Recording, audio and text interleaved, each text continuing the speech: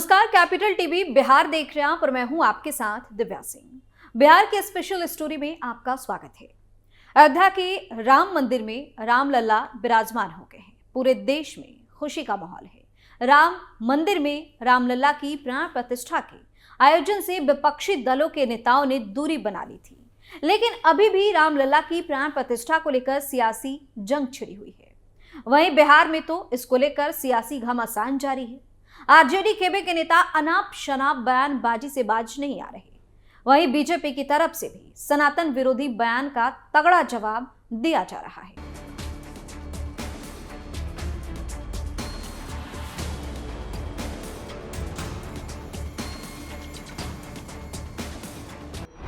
बिहार में भगवान राम पर सियासत जारी।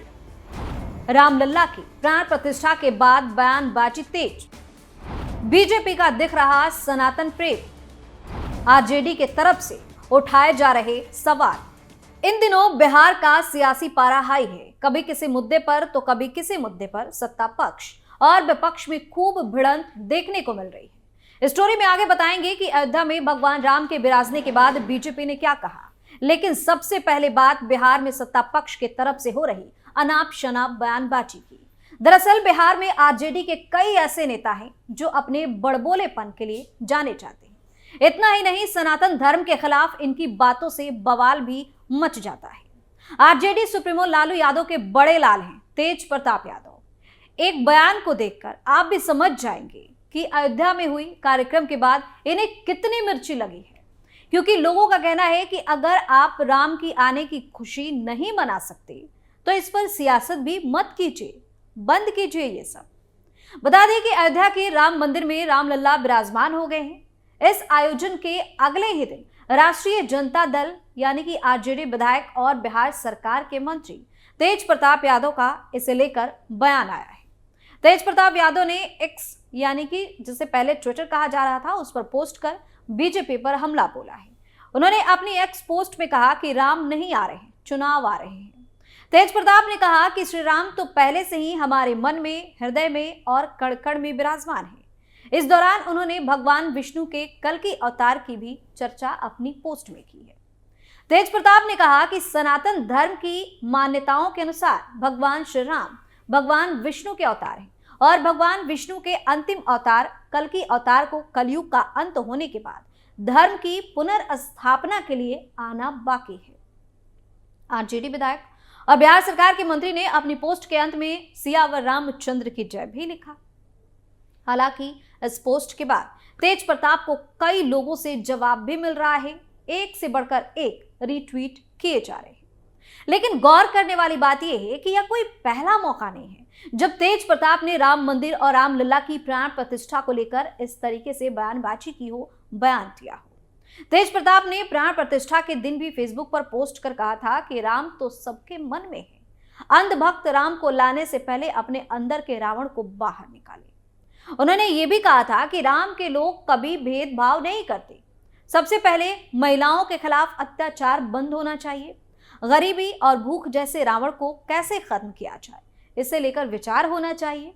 राम को लाना है तो अपने बुरे विचारों को बाहर निकालिए और देश को प्रेम, सद्भाव, खुशहाली के रास्ते पर लेकर चलिए। इससे पहले तेज प्रताप ने प्राण प्रतिष्ठा की तैयारियों के बीच कहा था कि भगवान राम हमारे सपने में आए थे और कहा था कि ये सब ढोंग कर रहा है, उस दिन हम अब्बे नहीं करेंगे। राम जी 22 जनवरी को अयोध्या नहीं आएंगे। उन्होंने तब भी चुनाव का जिक्र कर कहा था कि जब चुनाव आता है तब मंदिर आगे आ जाता है, चुनाव खत्म होते ही मंदिर को पूछा तक नहीं जाता। वहीं आरजेडी के एक और विधायक का बयान सामने आया। आरजेडी विधायक और प्रवक्ता सतीश कुमार दास ने कहा कि देश में पाखंडवाद को बढ़ाया जा रहा है। अक्षत और भभूत बांटने से देश का कोई कल्याण होने वाला है नहीं। इस दौरान बीजेपी पर हमला भी बोला और कहा कि महागठबंधन सरकार की ओर से समस्तीपुर में राम जानकी मेडिकल कॉलेज की शुरुआत की गई। असल में जनता के प्रति समर्पण और जनता का विकास यही है। आरजेडी विधायक ने कहा कि हमारी सरकार वेतनमान को दुगुना कर रही है। बीजेपी 15-15 लाख रुपया जुमला वाला बांट रहे थे, अब उससे मन नहीं भरा तो अक्षत भभूत बांटने का काम किया गया। उन्होंने बड़ा दावा किया कि इसका जवाब 2024 के चुनाव में जनता सबक सिखा कर देगी। सतीश कुमार दास ने कहा कि अयोध्या में रामलला की प्राण प्रतिष्ठा हुई है। आज से उम्मीद करते हैं कि देश में कोई बेरोजगारी नहीं होगी। भारत भुखमरी, गरीबी से बाहर निकलेगा।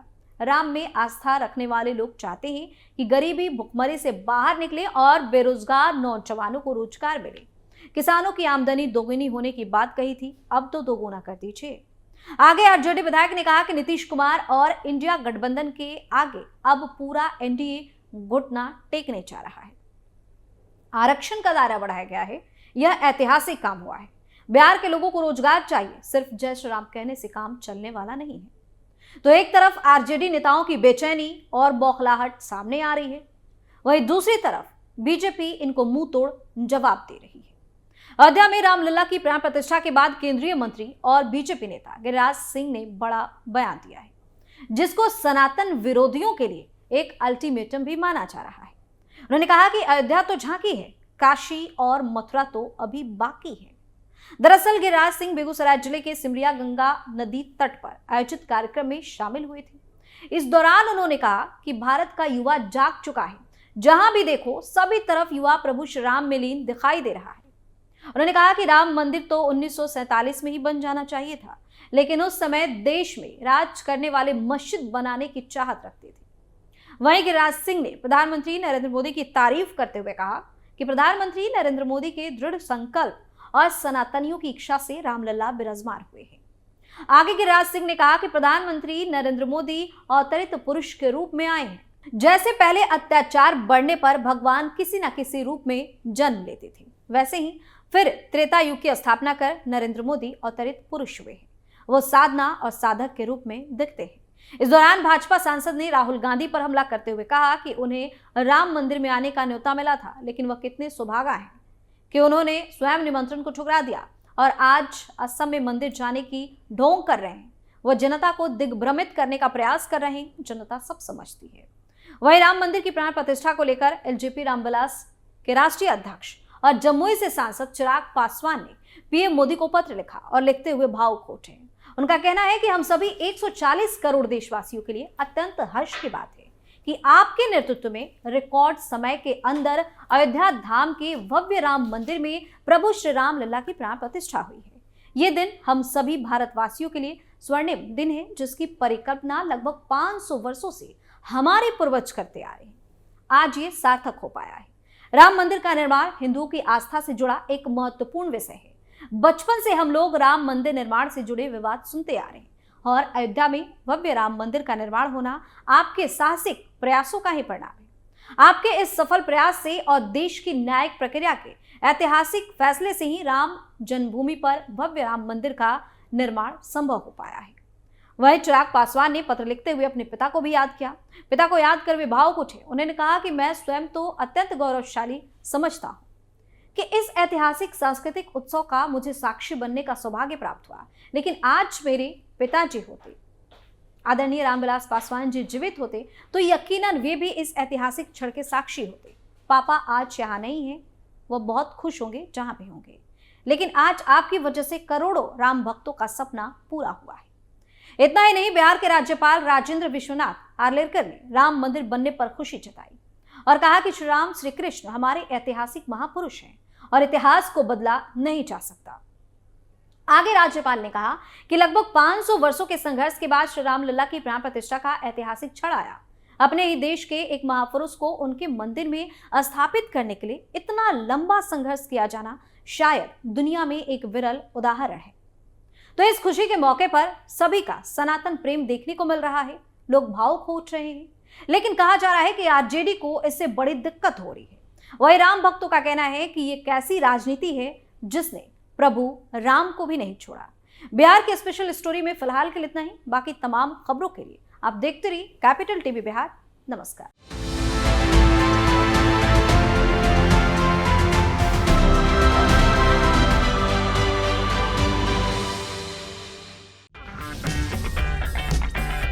अगर आपको हमारा वीडियो पसंद आया हो तो इसे लाइक करें, हमारे चैनल को सब्सक्राइब करें और हाँ, बेल आइकन दबाना ना भूलें ताकि आप तक हमारे वीडियो की नोटिफिकेशन पहुंचती रहे। आप अपना सुझाव हमें कमेंट बॉक्स में दे सकते हैं। हमारे साथ जुड़ने के लिए शुक्रिया।